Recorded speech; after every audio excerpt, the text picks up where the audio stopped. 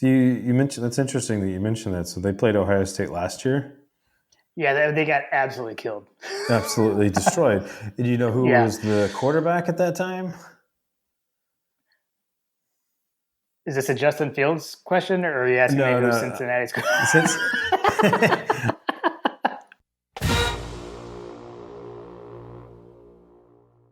Welcome to My God Podcast. I'm Jim Wood. In this episode, my co-host John, Powell, and I preview Georgia's New Year's Day matchup with the Cincinnati Bearcats in the Chick-fil-A Peach Bowl. As always, remember you can follow us on social media at My God Podcast. And if you like what you hear, please subscribe, rate, 5 stars obviously, and review the show. If you leave us a review, you just might hear it on an upcoming episode. Now, let's join the conversation in progress.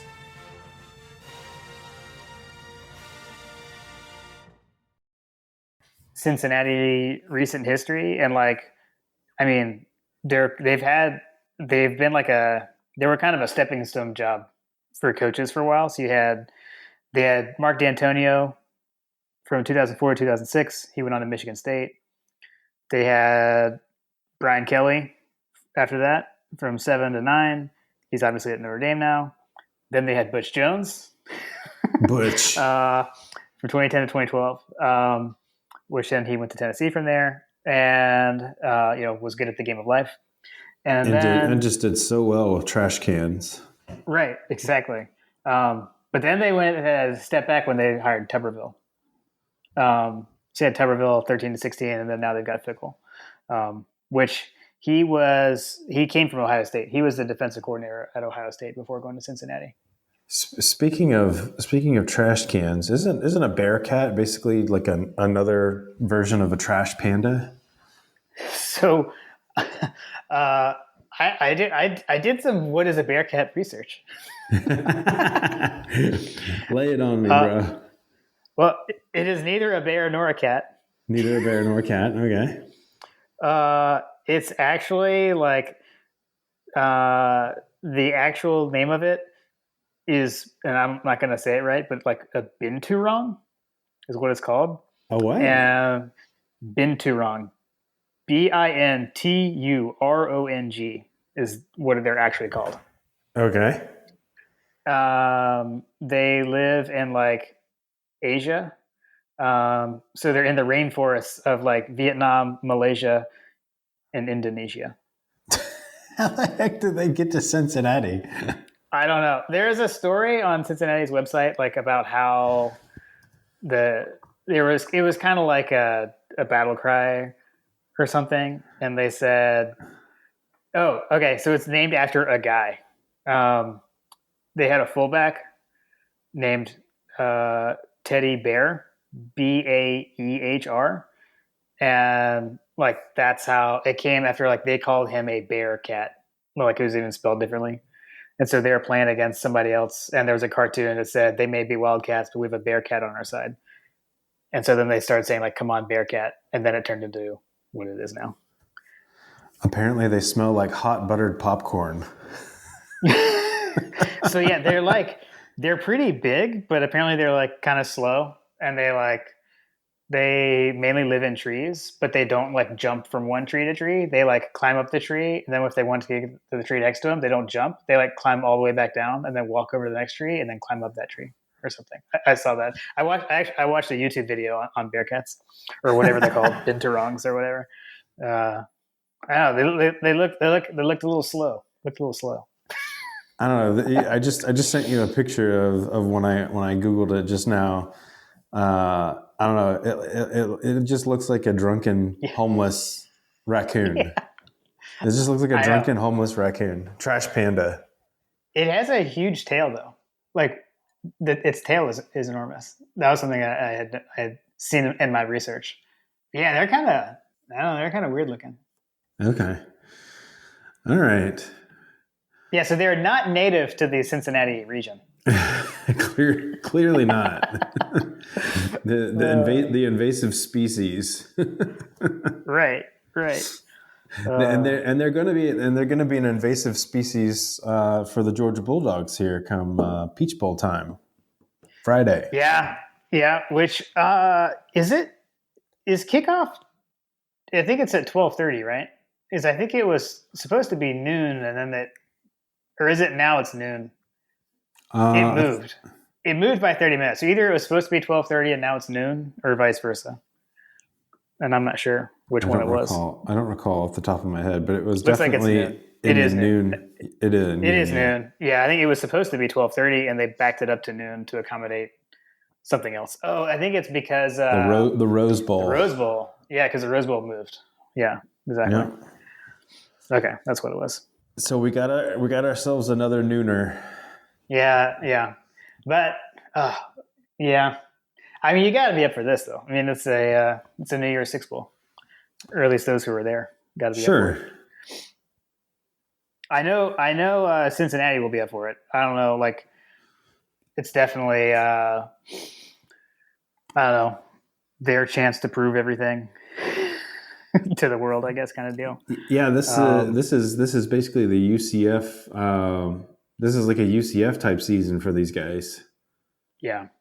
Which is ironic because UCF almost took them down. So, right.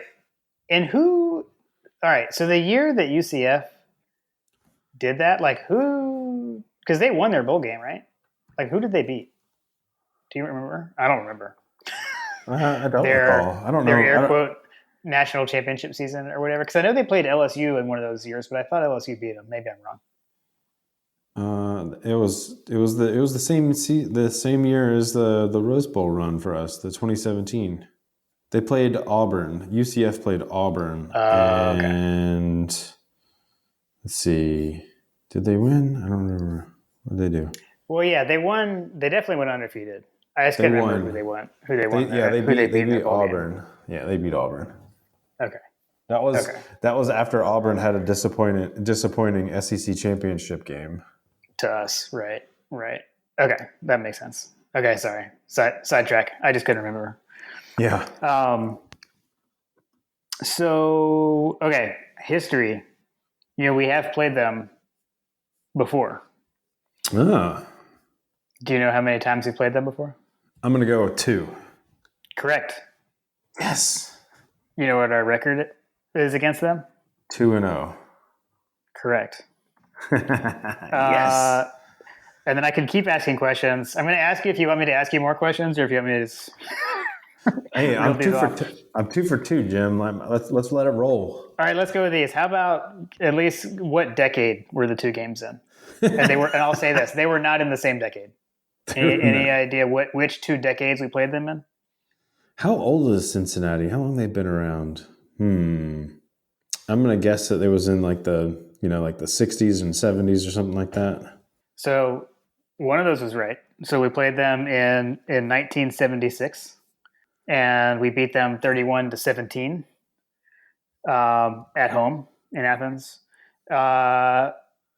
Quarterbacked by, do you know? 76? I wouldn't know this offhand. 76. I got nothing. Ray Goff. And then the other game, this is pretty cool. So the other one was actually in the 40s. So, and it was on the 1942 Rose Bowl team. So that team, the first Rose Bowl team that had Sinkwich and Chippy on it. Yeah. Yep.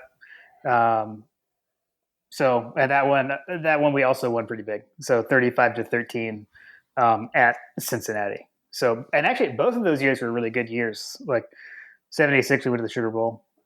We lost it, but it was a good year. So.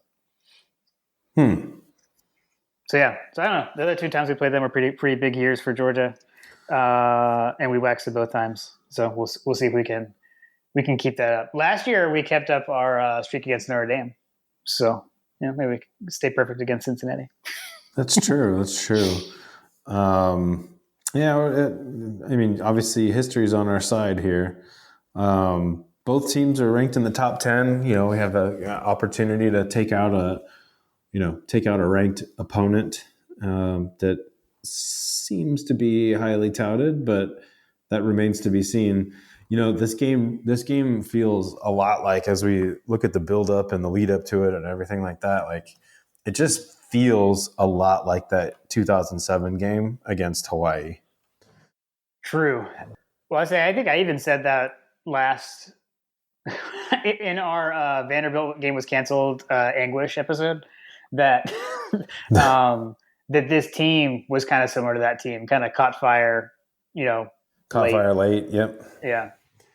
And then ended up being like, you didn't want to play us. And in fact, Herb Street, Yeah. there was that segment that Herb Street cut where he was talking about how, there's a couple of teams right now that nobody in the country wants to play right now is Georgia, because Georgia and Oklahoma, I think, were the two teams that he mentioned. And he said, I don't know anybody in the nation that would want to play Georgia with JT Daniels right now, which, I, yeah, we're going to get to some of the predictions and things like that. But like, I don't see how they're going to be able to do the things that they've done to these other teams. Mhm. To our Georgia team is built differently than anybody that they've faced all season long. And, to be perfectly honest, and, kudos to the Bearcats in their season, but, we've played an undefeated Alabama. We played an SEC, East, co-champion, emphasis on the co. We played those two guys, and we both, as we've talked about as the season has progressed, that the plays have been there.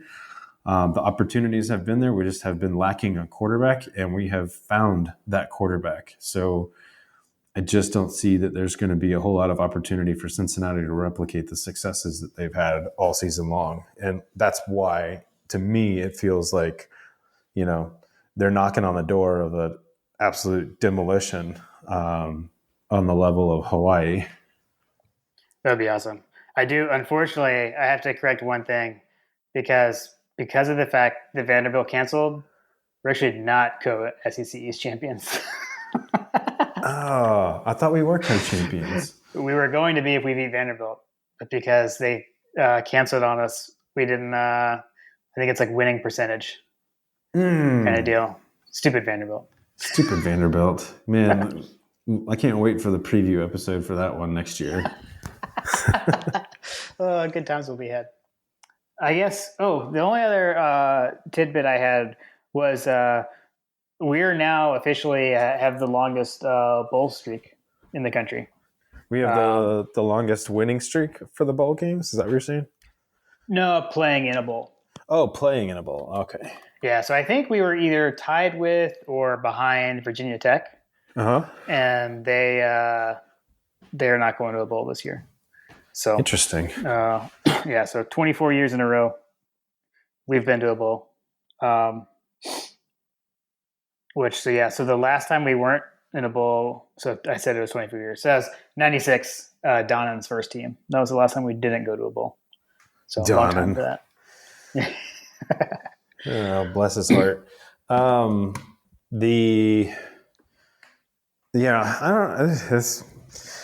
It's interesting for these guys that root for these schools that just don't go bowling, like Georgia Tech and poor souls. Can't relate. Yeah, can't relate. Guys. Can't relate at all.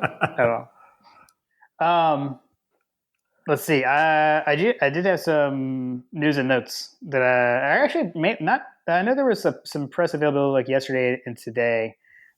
This is from earlier where Kirby had like a Zoom call. It wasn't like the official Peach Bowl Zoom call, but he had one. Yeah. And I know like Seth Emerson categorized it as that he was like feisty, that Kirby was feisty, and I think he said even more feisty than usual. Did you watch any of it at all?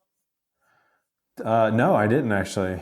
I mean, I read some of the quotes that Kirby threw out there, and I did see like a couple of things that he had mentioned. Like, I think that the section that they may be referring to was that the part about where he was talking about how how many first round draft picks played in their bowl game kind of thing? That I think that might have been an answer to the same question, Okay. or that was in there at some point. But yeah, it was around like who's in and who's out, and it was actually like it was the first question that he got was like, can you tell us like who's in or who's out definitively? And it was Mike Griffith, and I mean Kirby like came off the top rope on him. He came off the top rope. He said, "You in particular seem to be dead set on writing things that aren't true for whatever reason." Oh, snap. I thought he was taken aback on that situation. Yeah. So that's where. So like throughout the, I think like actually in that answer he listed like multiple guys. So that's where he was like Aziz Ojulari is playing, Mark Webb is playing, and that LeCount is trying to play. So I know like Webb and Ojulari. I don't even remember Mike Griffith saying that. I guess he did. I know I saw it in multiple places. Like they were listed as not playing. Uh-huh. So yeah, so that was where that got cleared up. So he mentioned Aziz, Mark Webb is in, LeCount as a maybe, which I don't know if you've seen. There's been some pictures from practice have come out with LeCount practicing.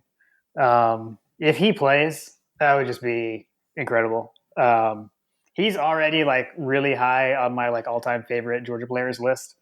If he's able to play in this game, he's going to go up even higher. I would agree. And then Jordan Davis, Malik Herring, Tyson Campbell are all also playing. So not playing, you've got Stokes, which that was like official today. I think Kirby even said it in the press conference that he was going to the NFL. Yeah, he was declaring but it. Stokes tweeted it today and had like a kind of a farewell letter to Bulldog Nation, which was nice. So we'll wish him the best. There's been a couple of things like that with some of the players on Twitter and stuff where like someone would tweet something or say something about a player and then they would respond like, I ain't going anywhere or something like that. Right. Yeah. Like what? What? Yeah. So out we've got Stokes going to the NFL, Monty Rice, Ben Cleveland, Trey McKitty. They're all out. And then Trey Hill also will not be able to go due to his surgery. And I can't remember if I don't think this had broken yet last time we recorded, but Jermaine Johnson also obviously out. And he is transferring to Florida State, which is interesting. But hey, it's an ACC school. They're not on the schedule. If he's going to go somewhere else, I think that's a good spot for us. For him to go to. Yeah, good luck. Not sure how good it is for him, but hopefully he can, I don't know, get more playing time, I guess. I would say that is largely debatable. Yeah. Okay, so the other interesting thing I saw, all the Devontae Wyatt stuff. So did you see that around him, like reports that he has decided to come back for for another senior year? I saw that. We're looking ahead. Let's focus on the game at hand, Jim. Okay. So let's talk about get your mind right, son. The Bearcats, which are neither bears nor cats. The trash panda. Yeah. So okay. So like statistically speaking, like their defense is very good. If you look at the stats and what they've done, I guess like my kind of question is, I would say kind of like what people said about our defense last year, right? Where our defense was so stout, and they kept saying like, is Georgia's defense really that good? Or is it because Georgia keeps playing these backup quarterbacks and hasn't really played anyone? It was that why we were so good last year. And I would say at the end, it was kind of a mixed bag. I mean, obviously we did not look good against LSU at all in the SEC championship game, but no one looked good against LSU last year defensively.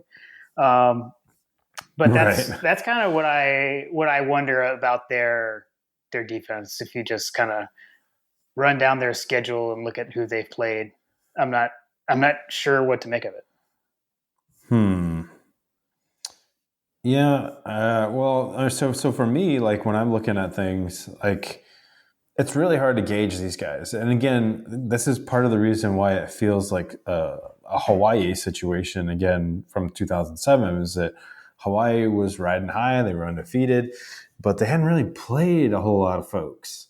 And, Cincinnati, I think they've had, one ranked win or something like that. Like I think SMU and maybe Tulsa were ranked or something like that when they played them. Um, but they barely won against UCF, which is not good this year. They barely won against Tulsa, which it's Tulsa, to be honest with you. Like, I don't really know a whole lot about Tulsa other than the fact that they seem to always put up these asinine stats on the passing game. So, like, they haven't really played a team like that's built like us. They haven't played a defense that is nearly as good as our defense. So you look at their defensive performance, like you look at it and it's like, oh yeah, wow, you know, their number, I think it was like 8 or something like that. What were they ranked on total defense? Yeah, they're ranked number eighth in yards per game. Which is kind of an indicative of, obviously like how many yards per game that teams are putting up against them. Not really getting a whole lot. But Georgia is not too far away. We're at number 14, and we've played a considerably tougher schedule. The other interesting thing about their schedule is not only is it a fairly weak schedule, but they've played 7 home games. Wow. Yeah, polar opposite of us. Yeah, so they've played 7 home games. They've only played 3 away games this whole season. That was something that I thought was interesting. Was when I was looking at their schedule, they hadn't really played an away game really. they played 9 games, which is the same amount of games as we've played, right? I think we've played 9 games, right? Yeah. And overwhelmingly, most of their games have been home games for them. Yeah. And even looking at it here, I mean, they only played 2 away games from what I'm seeing. They played at SMU, they played at UCF, everything else was at home. And even the American Athletic championship game was at home. That was not a neutral site. Was They it played that really? at home. Yeah, I saw that in something I was reading because apparently they did something to choose who was able to host it, and I can't remember. There was some kind of tiebreaker or whatever they did. Oh, okay. Um, yeah, no, it looks like you're right. Like, looks like they've only played 2. Yeah, so they've only played two away games. So Man, that I must don't. be nice. Yeah, no, I yeah, mean, no we had kidding. three home games. Yeah, we had 3 Uh, home games. I don't know. They haven't played a team like us, and unfortunately for them, we've played multiple teams that I believe are better. yeah, and I mean, when I can't remember if I sent this to you or not, or you probably saw it anyways, but like Josh Hanter, aka Dogstats, he had tweeted out a graphic, with like kind of his standard metrics, like success rate and EPA, et cetera, and kind of like showing what Georgia ranks on offense versus Cincinnati on defense. And then he did it vice versa. And yeah, I mean, like when you look at it, like it definitely looks like very much like strength on strength on both sides of the ball. Like a good Georgia offense against a good Cincinnati defense, and then the same the other way around. Um, so I don't know. Like, I guess though, like back to what we were just talking about, like with their numbers, kind of look at the competition, who they were doing it against. Um, and the other thing is like they run like a 3-3-5 defense. And I do know just from some of the perusing I did to try to read up on them a little bit, it sounded like some teams had been able to run on them. So that's where I do wonder if this is a game where we more try to establish the run to set up the pass. And I do think it, um, you know, would need to be a balanced attack for this game. But when you talk about who have they played, and how those teams don't stack up with us. Like generally in these kind of matchups, like when you're seeing that stuff, like the big difference is in the trenches and on the lines of scrimmage. Um, so I don't know. That's what I'll be looking for. Like what kind of push our offensive line is able to get against them and give that crease for all of our plethora of backs to go through, to get things going. I mean, I would expect a heavy dose of those guys, and the fact that we have, seemingly figured out how to utilize James Cook these days, I think also helps. And I'm not sure we may have Kendall Milton back actually also for this game. Didn't mention him, but I know I saw some stuff on Twitter around that he's been practicing. So we've got like all the backs. Well, that's good. Yeah. I don't know. That's kind of what I see on offense, I guess. Are we doing their offense versus our defense, or? Well, I was just then I was talking our offense, their defense. Our offense versus their defense. Okay. Yeah. Yeah, I mean, so like that's one of the things that I was looking was to see like who are their players on defense. And it looks like that they've got some linebackers. They've got a defensive end that has 7 sacks on the season. So there's a guy, the Majai Sanders. I'm probably butchering that name, but I mean, he Read the pronunciation guide. He seems to be their big sack leader. He's got 7 sacks on the season. Their linebackers have the most tackles of the team by far. There's two linebackers, Jarrell White and Darian Beavers. They also have interceptions, so they're getting interceptions out of their linebacking core. So it'll be interesting to see how we line up against those guys. I don't know, man. I figure if the linebackers are making the most tackles here, that tells me that they're not used to getting guys, into the second level. They've got safeties, cornerbacks, not too far behind those linebackers as well, like making a lot of tackles. So I don't know if they're playing. What you said it was a 3-5-3. What is it? 3-3-5. So 3 down linemen, 3 linebackers, 5 DBs. That's kind of like their base package. But I mean, I just don't see. I think they kind of move guys around a lot. But yeah, I mean, if they only have 3 down linemen, you like our chances to run the ball, right? Like, I mean, I just don't see that they'll get heavy doses of Zamir White, James Cook, Kenny McIntosh. Hopefully Dejan Edwards, sees the field as well. I don't know. I think that if that's how they line up, I like our chances for sure on the offensive side of the ball, because it looks like that they have a slight edge in terms of turnover margin for the season versus us. So they're used to getting the ball, but again, they're playing teams that are nowhere near the level of competition that we've seen all season long. I mean, what's their biggest win is probably, their biggest win is probably over Army. I mean, Tulsa. So yeah, it's kind of like if you look at like rankings at the time, it would be SMU, although I don't even know what their record finished. So SMU was 16th at the time, but that was back in October. Army was 22nd at the time. And then, Tulsa was 20th when they played them. So, three ranked at the time teams that they beat. Yeah, I just don't know that it's I think that the biggest key for I think that our offense is going to be able to move the ball on these guys. I don't know that we're going to have a whole lot of problem moving the ball because, like I said, we've been able to move the ball and have been within striking distance of having a 1-loss season, very, very close. Even with a midget quarterback that's injured. we were able to see success on the field. And then once we finally got a guy that can actually throw the ball down the field accurately, complete passes, convert third downs.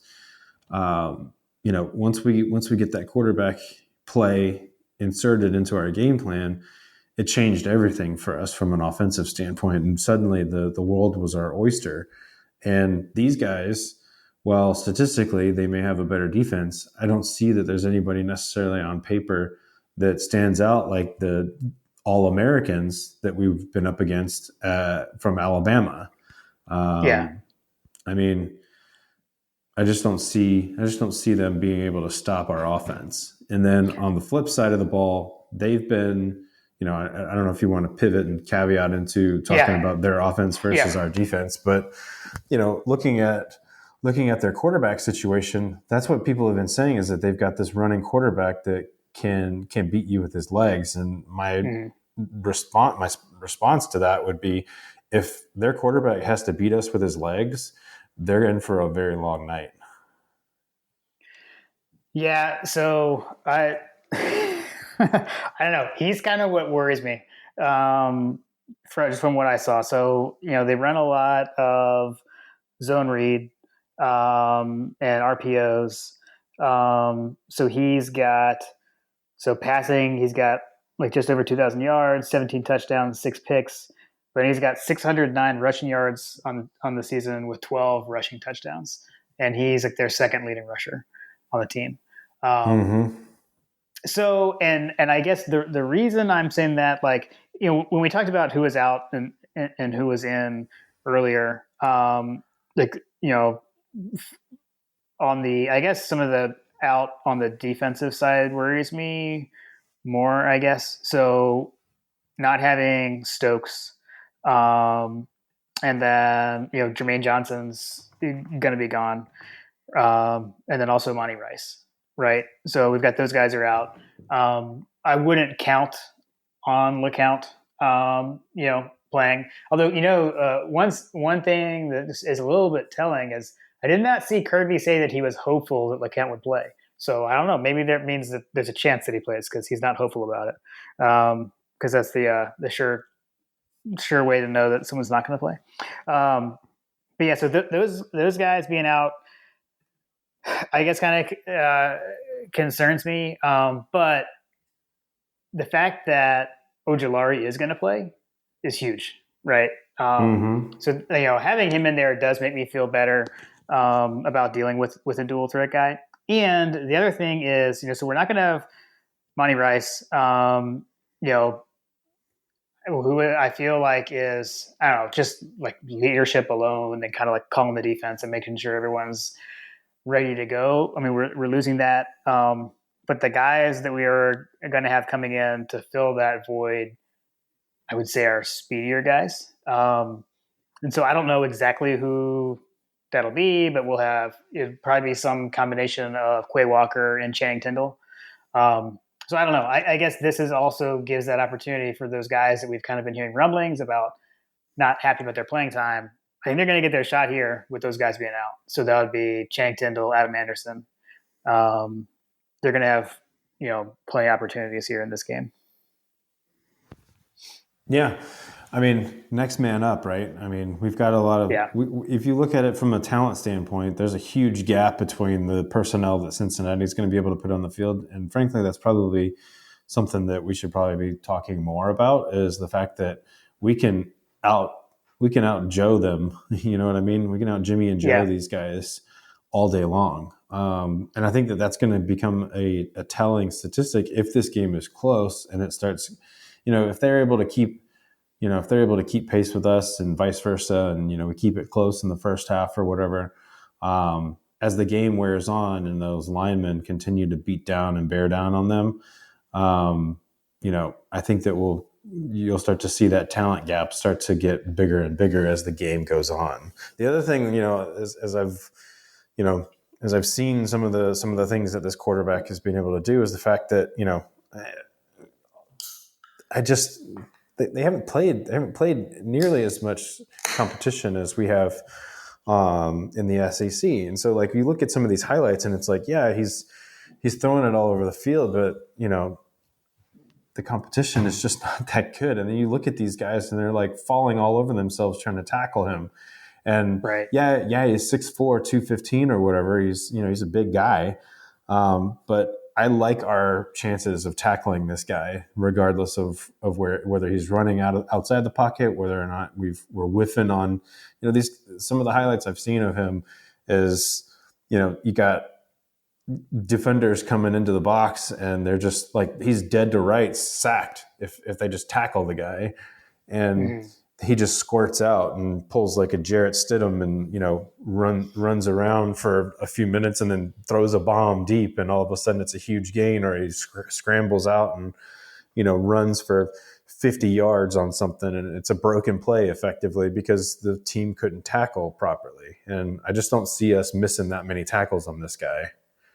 Well, yeah. And I guess that's kind of where it gets to like you were saying, as far as like, I don't know, I guess the talent that we have, even with the opt-outs, the guys that we're going to roll out there are still better than their guys. I mean, I don't think there's any way you can really debate that. And then, I mean, and like when the opt-outs started rolling in, people started to kind of freak out and everything. And I mean, I still just go back to like, would you rather have the mindset of the team that we had in the Sugar Bowl against Texas, where everyone still came, including those who had opted out? So like DeAndre Baker had opted out of the game, wasn't going to play. He was going to the NFL, but he was still there with the team.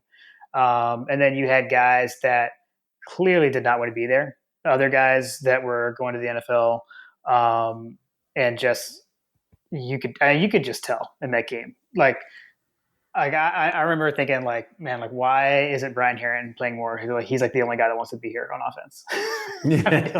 Yeah. And then like, you get the exact opposite of that against Baylor, when it was like, look, if you're not going to be here, just don't come. Like we're better off, without you guys. And it's not like any slight to them. If their mind is on the NFL, go get ready for the NFL, and let's have who wants to be here. And so I don't know, that definitely makes me feel better about that the guys that are there, they want to be there. And you've heard a lot of comments coming out from some of those guys. Like Jordan Davis got asked, he was available for the media, and you're asking like, why are you playing? I mean, he hasn't declared that he's going to leave early for the NFL. We don't know if he is or isn't. But he was just, was like, these are my guys. This is my team. I think it's important to finish the season. So I don't know, if we have the right mindset, like all that, it makes me feel a lot better about that. I mean, especially on defense, like, I don't know, so much of it is just the mentality. I don't know. We'll see. I like your thinking though. I mean, I hope you're right. I mean, they certainly haven't seen anything like us on the season. Hopefully everything's moving too fast for them on Friday. Yeah. So I just sent you a link to, this is one of those zone read runs where if I've got it queued up to the exact one that I'm like talking about here. And this is not uncommon. So you watch that play and then you can rewind it back to the beginning of the play. Watch the safety. Like watch how awful that safety plays this play. Like you're just not going to see our guys make that kind of mistake. He basically runs full sprint, like 15 yards, and it's like, oh shoot, he's got the ball, and then all of a sudden he's gone for 80 yards for a run that never should have happened. So I feel like that these types of situations, Lewis Cine is going to come in there and absolutely destroy him, and I feel like that should be one of our over-unders, is how many times does Lewis Cine deliver a Greg Blue type hit? Okay, I like that. But like you can look at there's other film of him where the same kind of stuff happens. It's like, oh man, he should have been sacked for a loss there because he held onto the ball too long. But it's like, he squirted it away and ran for 100 yards. Like, oh, okay, well, that sucks. Obviously, if we don't tackle, then we're going to get screwed no matter what. But like, he also throws some pretty dangerous balls, man. Like some of the balls that he's thrown up to his guys, it's like that may work in American Conference or whatever the heck it is, but like in the SEC, some of these balls are going to be intercepted, man. And I really hope that he throws up some juicy ones, because it looks like when he's throwing the deep ball, like he puts a lot of arc underneath it. Like I feel like that our guys are going to have an opportunity to come over and make plays. Yeah, agreed. He kind of looks like the way that he's throwing some of these things. It's like you can clearly tell the guy has arm talent. Like some of the passes are just like, oh wow, that's a really nice throw. Like, oh, that's a frozen rope for 40, 50 yards downfield in the air. And then like some of these other ones, it's like kind of like what we were talking about with Stetson, where it's like, if he completes it, he's a quarterback with a lot of moxie. But if it gets intercepted or it gets batted down or something like that, like then it's just like a dumb bonehead play. Well, what I noticed in the little bit that I did watch is that I don't know, it seemed like he held on to the ball pretty long too. I don't know if you noticed that at all. That was something I kind of picked up on. Again, I watched like the highlights of 2 games. But I don't know, and I don't have any like stats on how quickly he gets the ball out of his hands or anything, but that stood out to me just watching. Yeah, I mean, he definitely is like standing around for like 3-4 seconds. Like, I just don't think that you're going to be able to have that kind of time with our defense unless this is just like the best offensive line in the country. You know what I mean? Right. I don't know. I don't know, man. The only thing that scares the hell out of me is the wheel route. So that was where like I think it was Josh, right? Dog Stats tweeted out like a series of wheel route videos last night, and like I had actually been like feeling pretty good. I had watched the highlight things, I'd read a bunch of stuff, and I was like, oh yeah, like I'm feeling good. And then I'm like, oh my gosh, I'm gonna have nightmares about the wheel route for like the rest of the week. Yeah. So that is where like man, I do feel like LeCount would make a big difference. Although like if he plays though, like I don't know how like what kind of percentage, like if it's a full Richard LeCount kind of deal. I don't know. Full Richard LeCount makes me feel a lot better about that. If he's I don't know, whatever percent he would be, I don't know how much that helps. But just from the knowledge of being able to see that kind of stuff, I don't know. Like, but like if no LeCount, no Monty Rice, no Eric Stokes. Although Stokes wouldn't be covering the wheel route, but I don't know. Yeah, that is what scares me though. I'm with you there. Mm-hmm. Cover the wheel route. Yeah, cover the wheel route, and I mean, he seems like he's got a pretty good fake too, a ball fake. So like on these zone reads where he's just like pretending to hand the ball off, like you can see like, and again, I don't know if this is just a Jimmy's and Joe's thing where he, Desmond Ritter or Ryder, I don't know how you say his last name, but I think anyway, I don't know. I assumed it was Ritter, but I could be Ritter, wrong.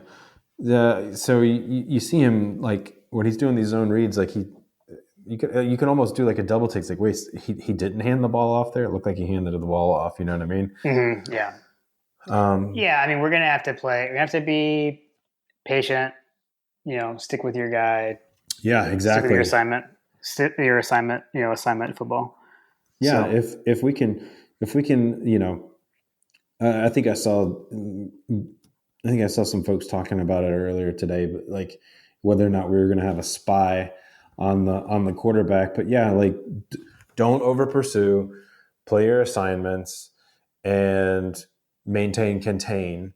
And if we could do those things, I feel like that his running ability is going to be diminished precipitously. And then if the other guy, the running back that's leading the team on rushing yards, what was his Doak or something like that? Dokes? Yeah, Dokes. Yeah, Dokes.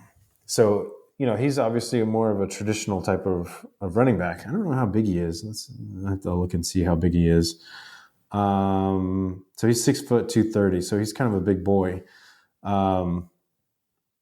So if he's more of a traditional type running back, we have a pretty good defense against the run, guys. So like, yeah, exactly. Again, I feel like that this is like a Jimmy's and Joe's, and strength on strength. Our run defense hasn't had nearly as many problems as our pass defense. So if they're relying on the run game and trying to run the ball, 30, 40 times a game, like I would say that would play right into our buzzsaw of defense. Yeah, I agree. All right, you want to actually? Well, I don't know. Do you want to go through listener questions, or do you have more analysis you wanted to hit in? No, I think it's pretty straightforward, man. Just like I said, play our assignments and then let our offense do what it's been doing, because I don't think that they're going to be able to stop it. Cool. All right, we got a bunch. I'll run through these. So, first one I've got is from FripDog at FripDog on Twitter. My dad. All right, so this one, I want to see if you get this reference. I don't know if you saw this one beforehand or not. Will Dr. Johnny Fever be down from Cincinnati? Dr. Johnny Fever? Is that a reference? It is a reference to something. It's a little. I think it's too. I think you're too young, and I know we're like basically the same age, but it was before your time. Dr. It Johnny was before Fever. our time, but I do know what it is. WKRP. Yes, WKRP in Cincinnati. And I'm blanking on the actor's name, but I think of him as head of the class. He was the teacher on the 80s sitcom Head of the Class. But same guy. Oh yeah, that guy. Yeah. Okay. So no, he will not be there. And then we've got some prediction type things. So number of touchdowns by tight ends for Georgia. Number of touchdowns by tight ends for Georgia. Give me off the cuff. Off the cuff, I think 1. Okay, yeah. I actually was thinking the same thing. I was thinking 1. I like this one. Over under 10 snaps for Richard LeCount. 10. Richard LeCount plays 10 plays. Is that what we're saying? Yeah. I would say over. Over. Okay, I'm gonna go under. I want the over, but I think it'll be under. Oh man, this one I have no idea. Total yards for both teams. Total yards combined? I guess you could do like just each one individually. I'd like to get a little 500 for Georgia. 500 yards of offense? Yeah. I don't know, or is that not enough? I feel like that should be, if we've got 500 yards of total offense, that should be enough. That means that we're moving the ball, up and down the field 5 times, basically. So like, right. You'd like our scoring opportunity percentages in that scenario. I would say 500 would probably be enough. Obviously, I would love it to be like 700, but I would say 500 is probably real. You think like 300 yards passing, 200 yards rushing. I mean, that's pretty good. that would be pretty awesome. Yeah, I mean, when you put it in that context, I'm like, we think about it, right? It's 200 yards rushing. Let's go. I got one from Micah. It's at M Henson 24, which this guy actually like lives in the same vicinity as me. So the funny thing is, I saw him at Academy Sports and Outdoors down the road, and he was wearing a 7-6 apparel hat. And I was like, "Hey, is that a 7-6 apparel hat?" He was like, "Yeah, they got the best stuff." And I was like, "Oh my gosh!" Like I just wouldn't have expected to see him. So I like tweeted it out and like tagged Chase, and I tagged the 7-6 account and was like, even in Concord, North Carolina, I saw someone walking around, in your gear, and like this guy responded to me. I was like, that was me. And so now we follow each other on Twitter. So that's funny. What was his hat? It was the GATA embroidered hat. 7-6. Nice. Yeah. Solid. Okay. So I think we kind of talked about this first one. What scares you most about Cincinnati? And to me, it was the wheel route, but I don't know if you have something different. What scares me is the losing contain. That would be the one thing that scares me, is if we lose contain against this guy, he's going to make you pay. Right. I mean, I've basically like I for one welcome our new wheel route overlords, Jim. Like I've just accepted the fact that we just can't figure it out, and at some point we're going to get burned by it. Because the reality is that they can't wheel route us to death. Although I guess they could certainly try, but I don't believe that they're going to be running too many wheel routes on us that are going to cost us the game. But um, now, True. If you go to what if you go to would that cost well us? that many times, then we'd eventually stop it. You Yeah, would think. exactly. Yeah, you'd think that we would probably, I don't know, play assignment football and guard your man, for example. But the losing contain is what worries me the most. Is if we over pursue this guy, if we obviously let him bounce outside. That's where it seems like he's been able to do the Jarrett Stidham kind of stuff, is where Yeah. he's just running around and throwing backyard football and making people miss and getting into the open field, and that's where this guy does a lot of his damage, particularly with his legs. So, Yeah. that's how I feel about it. All right. Now we have my favorite question, also for Micah. Who wins in a fight, a bearcat or a bulldog? I got to go with the bulldog, right? Like, I think so too. This is actually, I was holding this in earlier when we were talking about what is a bearcat. This is why I had researched what a bearcat is.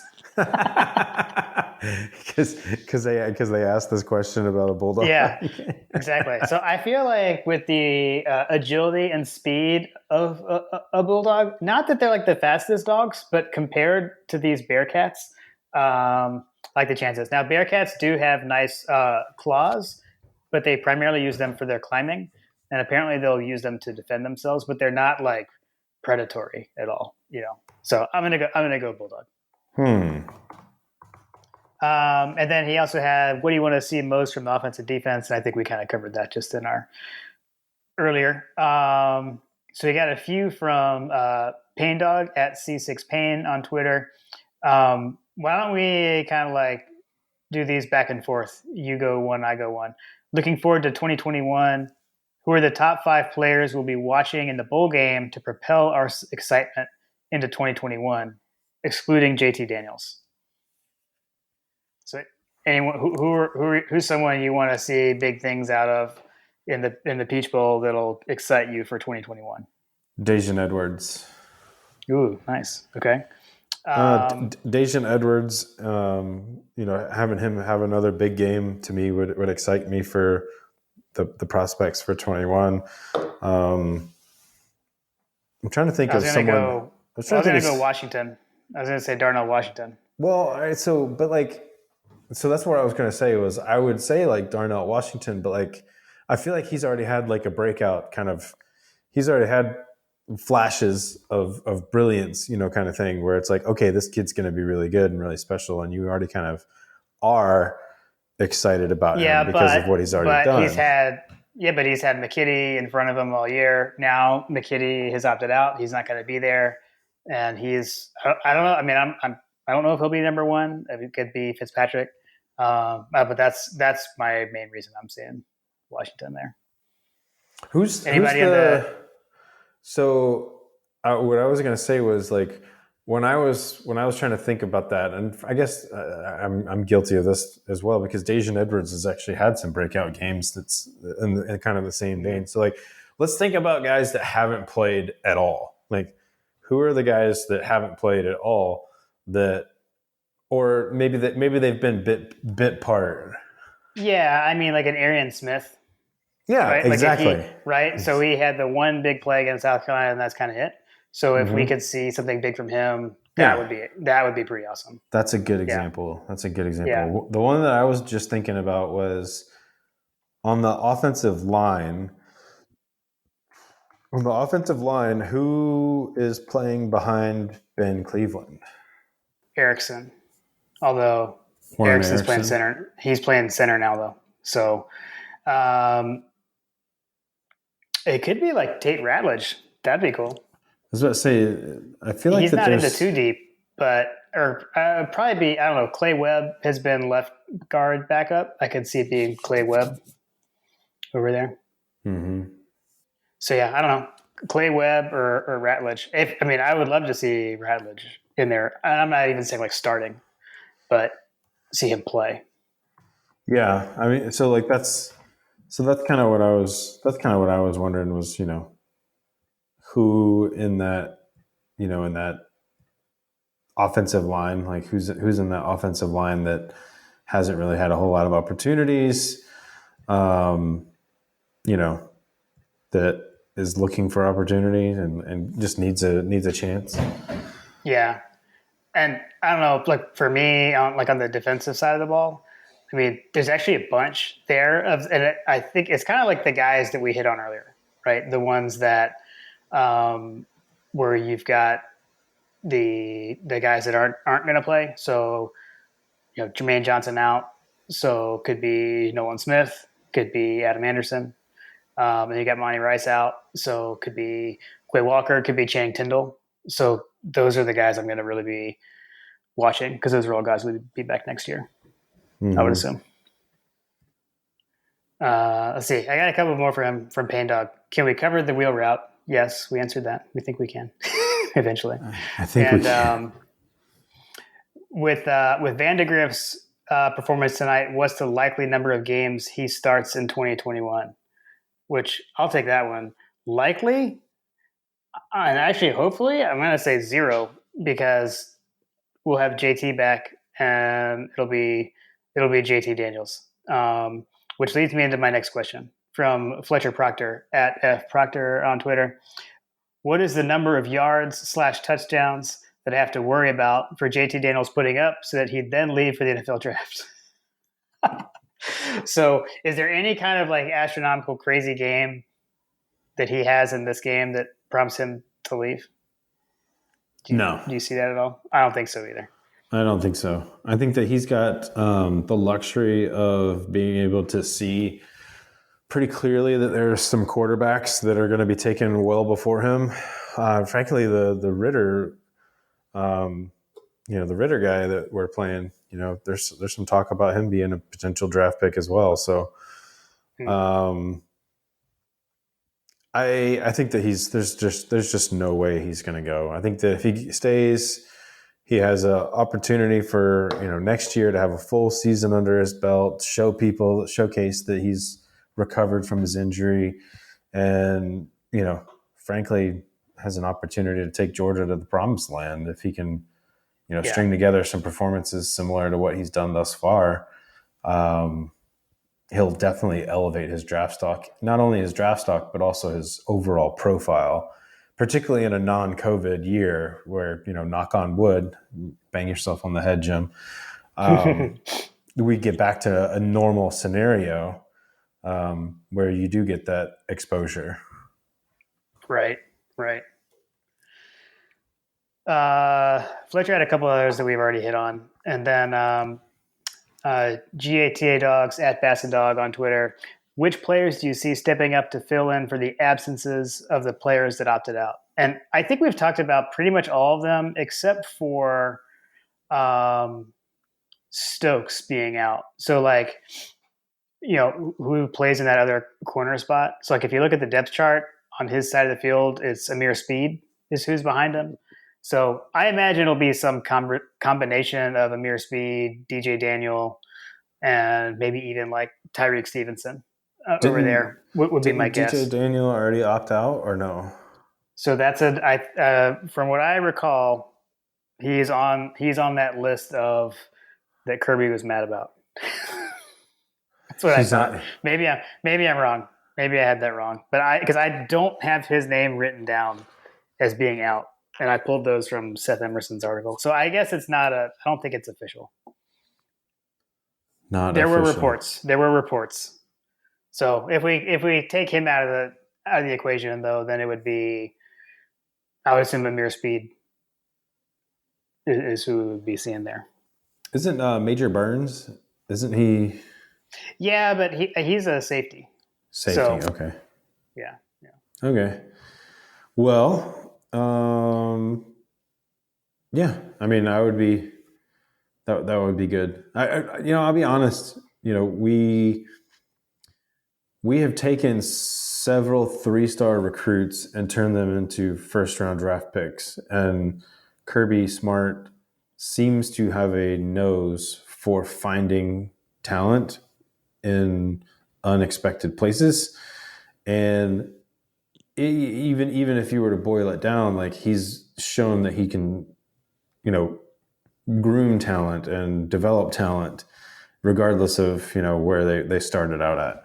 So I'm not really all that concerned about the defensive backs both in the short and in the long term on who stays and who goes, because we've shown that we can put Jim Thorpe, finalist Jim Thorpe winner after Jim Thorpe, we can put top level defensive backs on the field and just kind of reload every year and, kind of become a DBU almost. Yeah. Because we just got, or shut down corner U, I guess is what I should say. I don't know. It's kind of like the Chapel Bell guys, the proud parent of a shutdown corner or whatever that they like to say. Right. So I don't know. I'm not too worried about what we're able to put on the field from a defensive back standpoint. I'd be more concerned about other positions. That's just me. Right. Yep. Agreed. All right. That was it for listener questions. I did want to quickly just again acknowledge the basketball team. So they are now up to 7-0. Yes. Again, last time we made it this far into a season, being undefeated was 82-83 team that went to the Final Four. So pretty cool. Again, not against the biggest competition, but they beat Cincinnati in basketball. So we'll hope the football team can follow suit there. Basketball.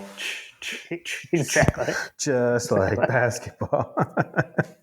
Let's hope we're chanting that chant, because that would be absolutely phenomenal to be able to chant something like that to a school that is typically, pretty. They're usually pretty good at basketball, right? Oh yeah. That's what I was saying earlier. Like when I think of Cincinnati, just because of my age, like that's what I think about. Like I think about those '90s teams with Bob Huggins as the coach. And I think of like Kenyon Martin and those guys. That's what I think of when I think of Cincinnati. Right. Yeah. I mean, that's what I think of when I think of Cincinnati is, these basketball teams. And wasn't there women's basketball team like really good too? That I don't know. Yeah. Oh well, they're a basketball school, Jim. Our women's basketball team also very good this year. Last I checked, there are not many schools that have undefeated men's and women's basketball teams, and so we're one of those. So okay, all right, let's get into I guess kind of final thoughts and our game predictions. So got the lines up. So the over under is set at 50.5, and Georgia is favored by 7 points. But as we talked about beforehand, the interesting thing where we saw on OddsShark is that their predicted score actually has Cincinnati winning with like an inverse cover.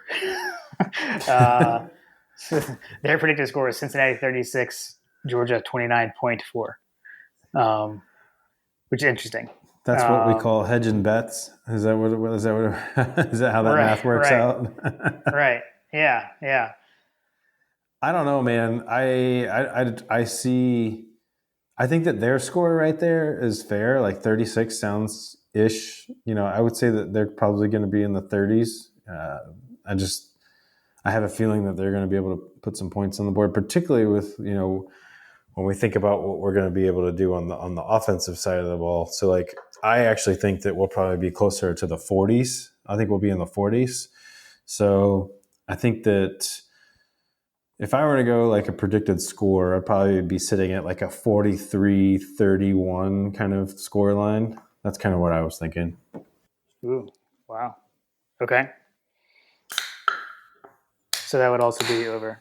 So, hey, you're over under. Well, I guess let me ask you this. Are you also going to take the over? Yes, I am going to take the over. Your picks are going to make sense this time? My picks will. I did the maths in my head. Math is hard. Math is hard. The Um, so I feel like that spread is way too dangerous. Although what is my spread? well, you've got us covering it. I've got So us covering. the Yeah, spread, yeah, because you guys win by 12 at 43-31. yeah. But again, we're not giving gambling advice. This is just what you think is going to happen. That's what I think is going to happen. Yeah, I think they'll put some points on the board. I just don't know they'll be able to stop us as well. Um, I do think that they are able to put some of those points on the board because of some of the deficiencies on the defense. Yeah, But in the end, I think that we'll be able to get more stops than they will. yeah. Um, the over under at 50 is interesting to me because I mean, you split that down the middle, it's like 25 a piece. Like, I don't know. That seems like easy money. I would wager that's, I would wager that that's a fairly safe bet to take the over on at 50. I would think so too. But whenever anything looks too good to be true, then that's where it concerns me. But whatever. Well, And is why I don't gamble. almost 60% of people on ArtShark are taking the over. So, Hmm. Interesting. Okay, this is where like you've talked me into being different things, but I'm just gonna stick with what I wrote down because when I write something down, I say that I'll use it. Um, so I have us winning, but I have a much closer and low scoring with still the over. So I had 31-28, and this is just because I was Munsoning. I was feeling like way better, and then I started Munsoning, and that's when I wrote this down. So I'll stick with that. But I see a Georgia win in the cards. Hopefully, it's not that close, but that's what I was feeling at the time. But as we've talked through it, you've made me feel a little bit more about it, a little bit better about it than that. But I'll stick with what I wrote down. yeah, I mean, I like that score actually. I think that's certainly a realistic score line, I feel like. Yeah, Um, it's not a weird scoregami number, which is Not a how I weird always score miss game. them. Try to throw up a scoregami number. Yeah. Yeah, no, I think that that's a fair line. I would also, the so I threw out what I think is a fairly conservative, like giving them credit, I guess, is kind of where my Mm-hmm. score line was. In the back of my mind, the evil JP or whatever, in my mind is like we're gonna take these guys to the house, Hawaii style. Just throw it up there, 31-14. You know what I mean? Right, right. I mean, and when you look at like I don't know, like sometimes I go into this like what are the like what's possible, what's not, like what's on the table and what's not on the table. I mean, yeah, like us doing that to them, I would say it's on the table. I mean, it definitely it could happen. I could see that happening. I'm not sure that it will. I don't know some of that, a lot of that comes into like, I mean, with that Hawaii thing. I mean, we just jumped on them early, and like they were just blind. Like they had no idea what they were in for. Um, like these guys, I mean, they played Ohio State last year, so like they've seen big competition. Um, at least most of the guys on the team, have seen that. They haven't seen it this year though, so we'll see. Hmm. So you mentioned that's interesting that you mentioned that. So they played Ohio State last year. Yeah, they got absolutely killed. Absolutely destroyed. Did you know who Yeah, was the quarterback at that time? is this a Justin Fields question, or are you asking me No, who's no. Cincinnati's? Since I'm pretty, they had the same guy. They had the same guy as quarterback, and uh, they got absolutely housed. uh, yeah, I mean it. I was trying to pull it up. I know they got crushed, and I remember that it was. I do remember, like I sat down and watched it because I remember it was one of those kind of like sexy upset picks. But man, yeah, 42-0. Whew. So yeah, that would be nice. That would really be sweet. I mean, I'm looking at it like so they lost to Memphis twice last year. They were ranked. They barely won against UCF 2 years in a row. It looks like. I mean, they largely look like they were basically the same kind of team. Um, they just got absolutely blitzed when they actually played someone that was really good. So, this is a history lesson that, had we gone and we're talking about some of the stuff like we did earlier today, I don't know what's changed. Looks like they have a different, although Dokes was there last year. It looks like they had a different rushing attack because there's their number one rusher last year is a different guy, some guy named Warren. But I don't know. When you look at this and it's like, I don't know, they kind of had a similar season, right? They blew some people out and had like multiple close games. Yeah, I mean, last year and they got destroyed. They got destroyed by the one good team they played. Yeah, I mean, yeah. So last year their 3 losses were to 2 teams. So they lost to Memphis twice. They lost to Memphis in the regular season, and then in the championship game, and then they got housed by Ohio State. So I mean, if you're asked like, what's the difference last year and this year? It's probably the schedule, right? Ohio State wasn't on the schedule, and then those games with Memphis. The second one at least was pretty close. Like they lost by 5. Memphis is not as good this year, from what I know, and and they won. They won their 2 best games this year. They won them in close games. So I don't know. I think that's kind of the difference, right? Right. And they didn't have Ohio State in the schedule. They didn't have any major opponent on the schedule. Mm-hmm. That to me speaks to what we've been talking about, is that they just haven't played anybody. Yeah. And when they did, they didn't do very well. Yeah. I mean, hopefully, I don't know. Hopefully, we hit him in the mouth on Friday. And I keep like wanting to say on Saturday, but the game is on Friday, and that's like messing with my head. I'm all out of whack. I've been out on vacation. I'm out all this week too, and I'm like, what day is it? It's like, yeah, you're like, what day is it? yeah. Well, it's like we were texting. It's like, hey, I think we need to like record the preview episode. Oh yeah, shoot, we got a game coming up. That's funny. Well, all right. Well, another, I mean, like the season, obviously we would have much preferred to be in the SEC championship game and then the playoff, but in a pandemic year, make it to New Year's Six Bowl, not so bad. The Peach Bowl, I always loved the Peach Bowl historically. Get to play in Atlanta. The seniors may get honored in some way, hopefully at least, a bit of a, in our home state game at least. So yeah, I don't know. I'll be ready watching it on Saturday with my smoker going, because every New Year's Day I smoke a butt and make some Friday. Did I say Saturday again? You said Saturday again. See, I told you I can't keep it. So on Friday, I will be getting up early to get a Boston butt on the smoker. All right. So I'll have that. Have my black eyed peas, my Brunswick stew for New Year's Day. So I'll have that going. Brunswick stew. Ooh. Yeah, I always do that. That sounds pretty tasty. Yeah. Which means I need to make some bacon in the next couple of days to have the bacon grease ready to go, because that's one of the ingredients. Okay, that sounds even better. I'm liking it already. Yeah, that's kind of like what I did with the prime rib. I told you we did chili tonight with the leftover Christmas prime rib. Oh, that sounds excellent. Yeah, it was pretty phenomenal. I'm pretty proud of myself on it. I've never done anything like that. But yeah, we usually do like pigs in a blanket. I'll probably do some black eyed peas, extra helpings of black eyed peas this year. And then we've got collard greens, the typical fare. Probably some ham thrown in there as well.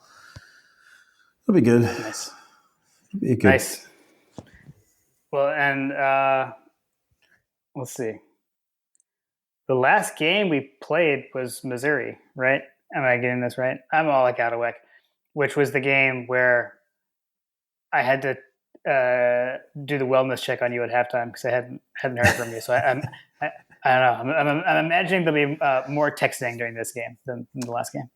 I should be okay. Yeah, I should be okay. Like I said, we'll be here. It's a nooner. We do have my brother-in-law. My brother-in-law and his wife and family are going to be coming over as well. I don't know when they're coming over though. one of the owners of a My God a Podcast hat. Yes, first customer, satisfied customer. Awesome. All right, man. Well, we'll talk on Friday as the Dogs take on the Bearcats, and hopefully we'll pull this one out. Have a nice New Year's Day. Yeah, have a nice New Year's. Let's get rid of 2020, the bad taste in our mouth, and it'll be nice to start 2021 with a win over the Trash Pandas. Absolutely. Go Dogs. Go Dogs.